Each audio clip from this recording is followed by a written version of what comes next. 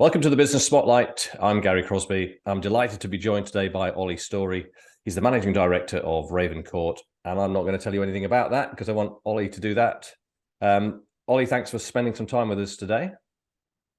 No problem. Thanks for having me. Great, looking forward to the story of Ravenourt and the lessons, but let's start with the context, if you like. So tell us who you are, what you do, and how long you've been doing it. So I'm Oli Story, as you just said, managing director at Ravenourt. Ravenourt was established in 1984, before my time, by my grandfather, my uncle, and my father. And at the time, the company was formed to develop a series of science equipment for UK secondary schools. Right.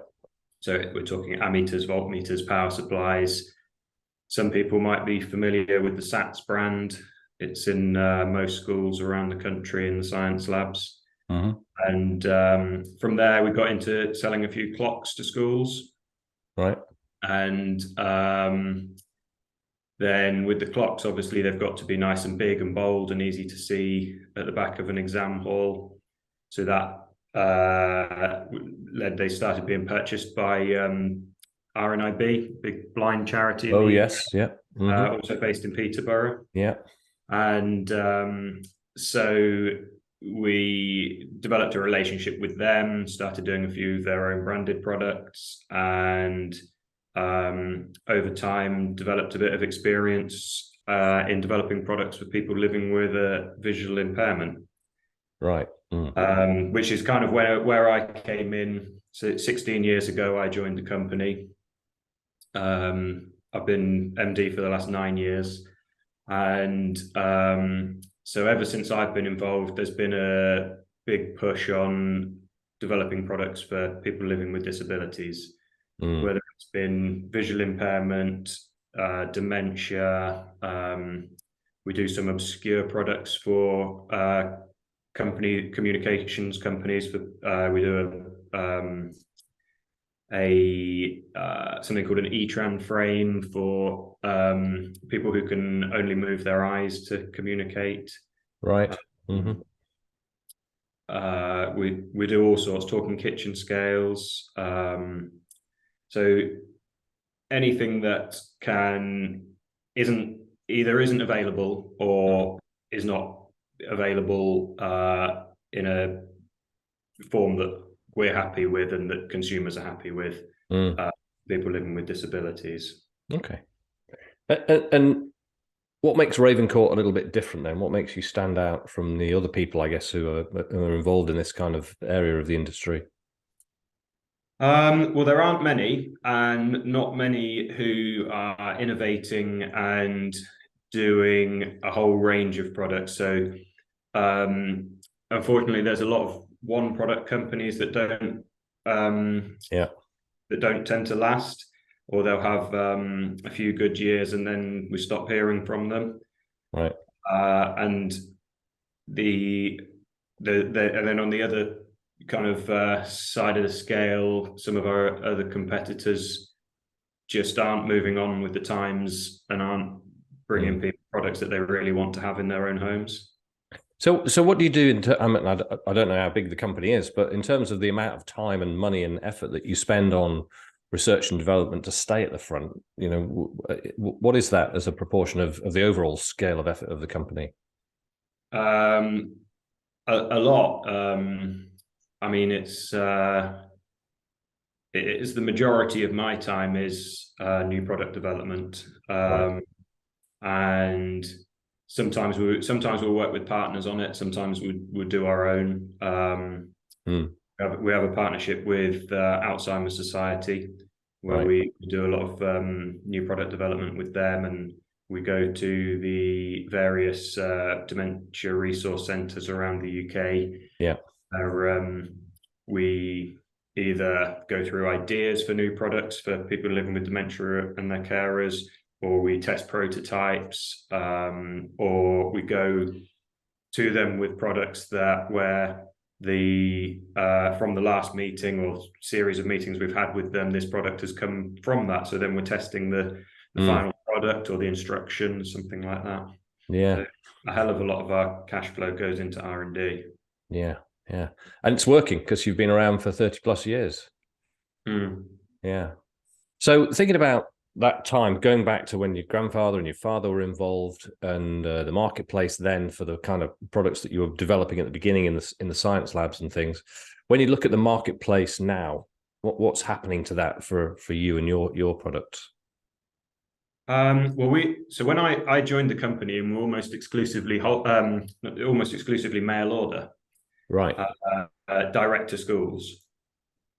That came at a time when there was a lot of some of our competitors in that area were spending a lot of money on their digital marketing and on their catalogs, and had a much wider breadth of product than we had. Yes. So it was difficult to compete on that front. So we made the decision to do the opposite of what everyone else was doing, and we decided we're just going to be a wholesale company. Got it. So that kind of cut out our need for marketing, but increased our reliance on relationship building. And so we still sell a lot of the same products that we were doing back then, and we still have a school science business, and we're actually grew last year, and we've got some new product development plans in to grow that side of the business again this year. I'm thinking about the transition, in a family business. I love to hear the stories of businesses that have been around for a long time, moving from one to the other. Thinking about that transition from where you were in the business to taking over as the managing director, what was the steepest part of the learning curve in those first couple of years where you were the boss? I think the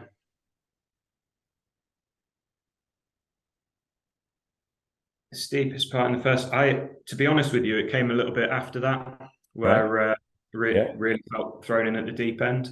Well, not thrown in the deep end, but just because I felt like I learned the most probably during the pandemic.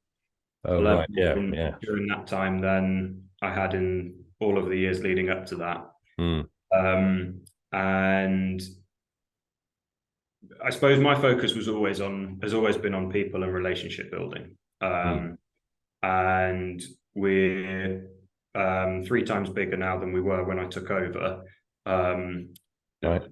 I put a lot of that down to people and serving our customers rather than expecting them to come and want to find us. Serving customers, serving our staff, leading from the back, making sure that we're nurturing the relationships that we're going to need to pull us through the hard times. And then during the pandemic, realized how important it is. You've got to look after your cash flow first and foremost. And then at the same time, really cherish those relationships that are gonna, when we get through the other end, are going to help the business blossom again. No cash, no business, right? Let me pick up on something you said there, because I was in the Air Force for a long time, got to a decent leadership kind of a position, and you said leading from the back, which I've not heard before. So I just wanted to explore that. What do you mean by that? What does that look like in practice? Okay, so I suppose as a leader, you often hear, especially in kind of a sporting context, about people leading from the front. And to me, the most important thing in business is with our colleagues, to empower them to be the best that they can possibly be, rather than saying, "Hey, look at me, I'm being the best I can be." Okay. It's and that's different for everybody. So it's taking the time to find out, to ask the right questions, to find out how we can make our team the best team it can possibly be. And then have the credit as well. That's important. Have the what? Sorry. The credit. When a member of the team does something good, we've got to celebrate it and give them credit for it. Yeah. Leading from the back. I was thinking about it from a does that mean that you've got a kind of a coaching style of leadership? Very much trying to get the very best out of everybody in the team. What's your tactic for that? Yeah, I try to. I think the worst thing you can possibly do is ignore a team member. So we, no matter what's happening, we'll always have a one-on-one fortnightly, Yeah. usually weekly, often even more if you're counting just kind of in passing, stopping by, just checking that somebody is got everything that they need. Yeah. Yeah. That's really good advice for business owners, because of course a lot of people are very busy and they make themselves busy, and often it's the first thing that drops out of the calendar is the time that they'd set aside to speak to other people in the team. So a great piece of advice. So we've got great relationship building. We've got leading from the back, which is a new phrase for me to think about. Other than that, I mean, business is a combination of a wide range of factors that lead to success. When you look back at Ravenourt and how long that's been successful, are there any other factors at play, do you think?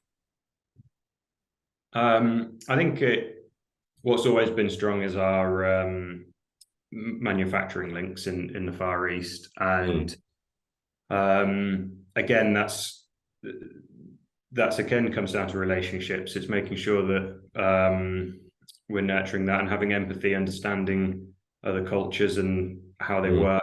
And there's so many complex cultures within different businesses that we need to understand. And I think having empathy for the people that we come across is important there.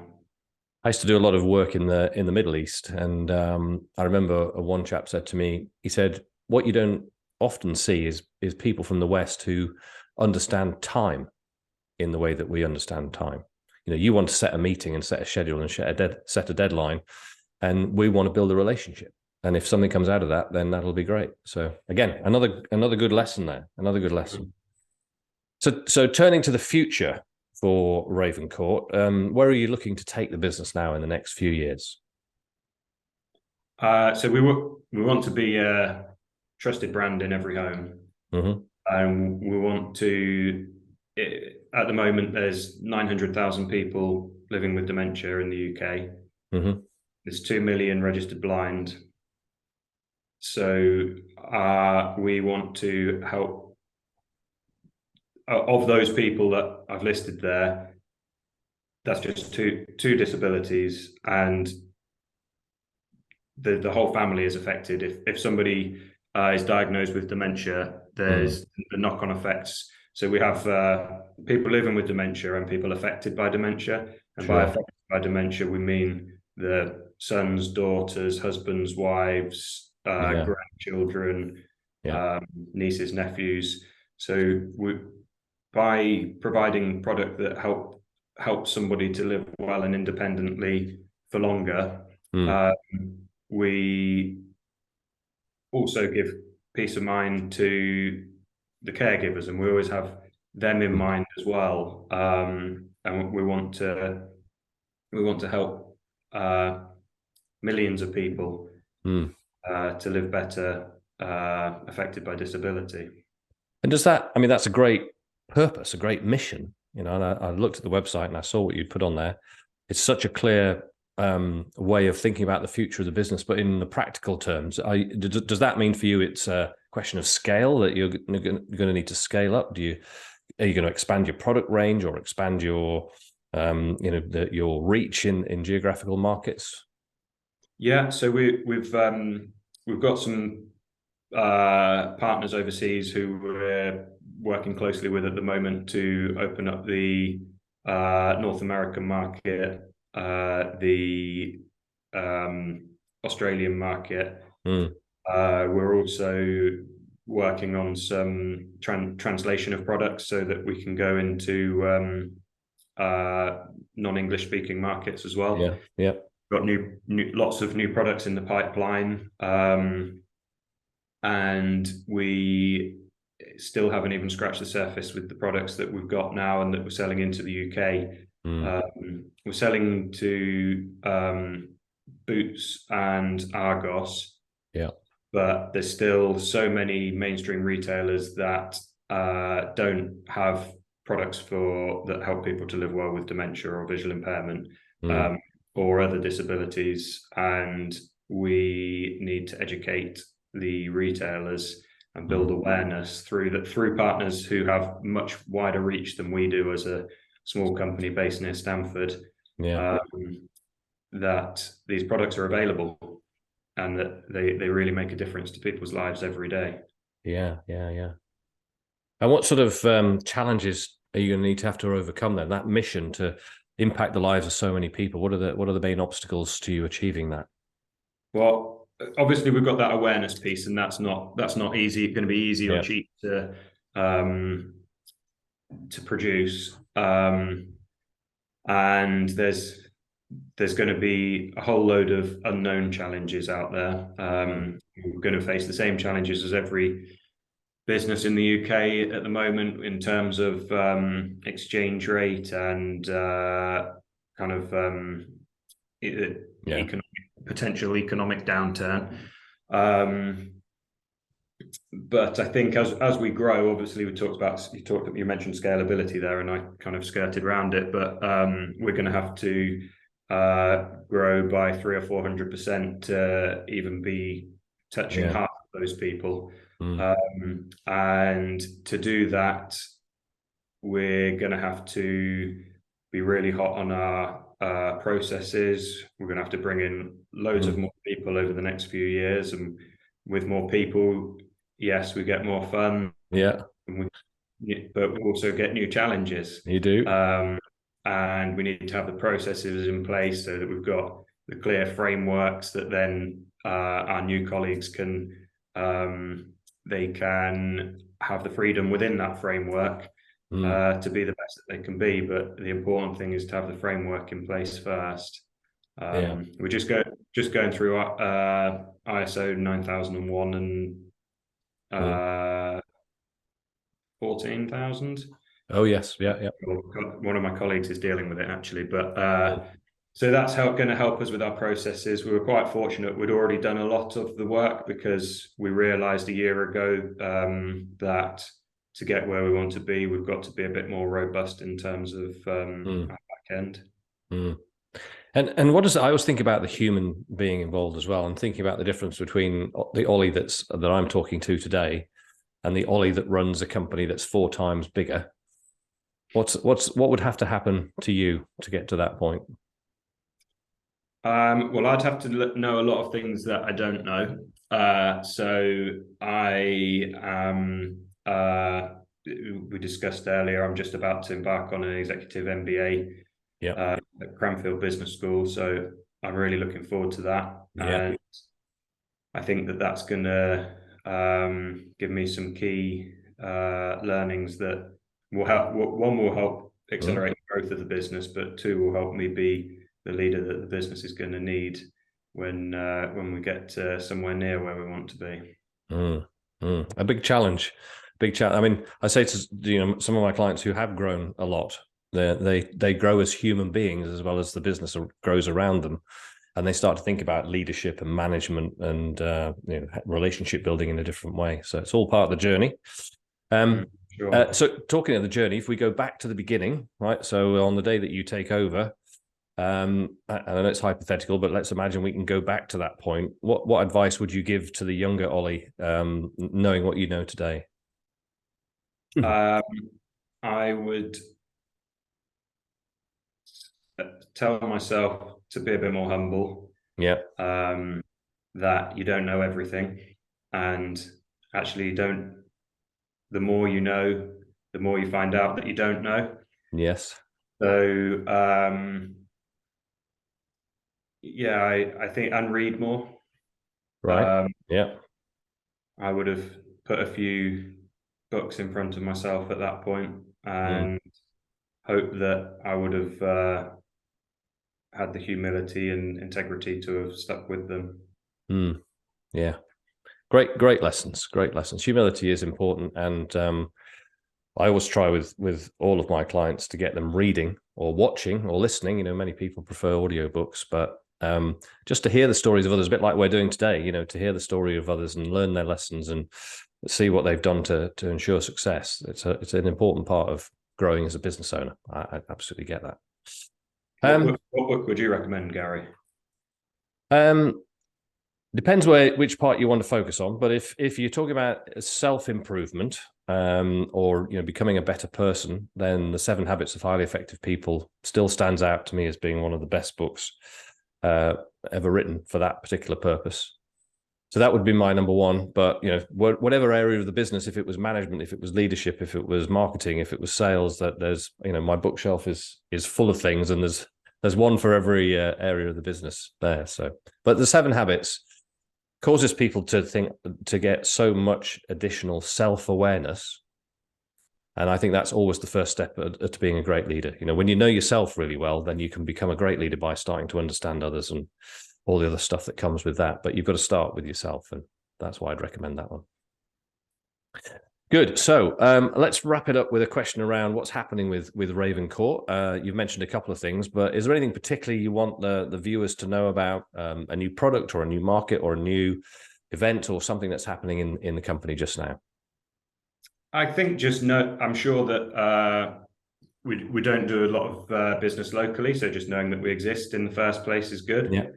To raise awareness. And if anybody knows somebody who is living with any kind of disability, then have a look at storyandsons.com. Mm-hmm.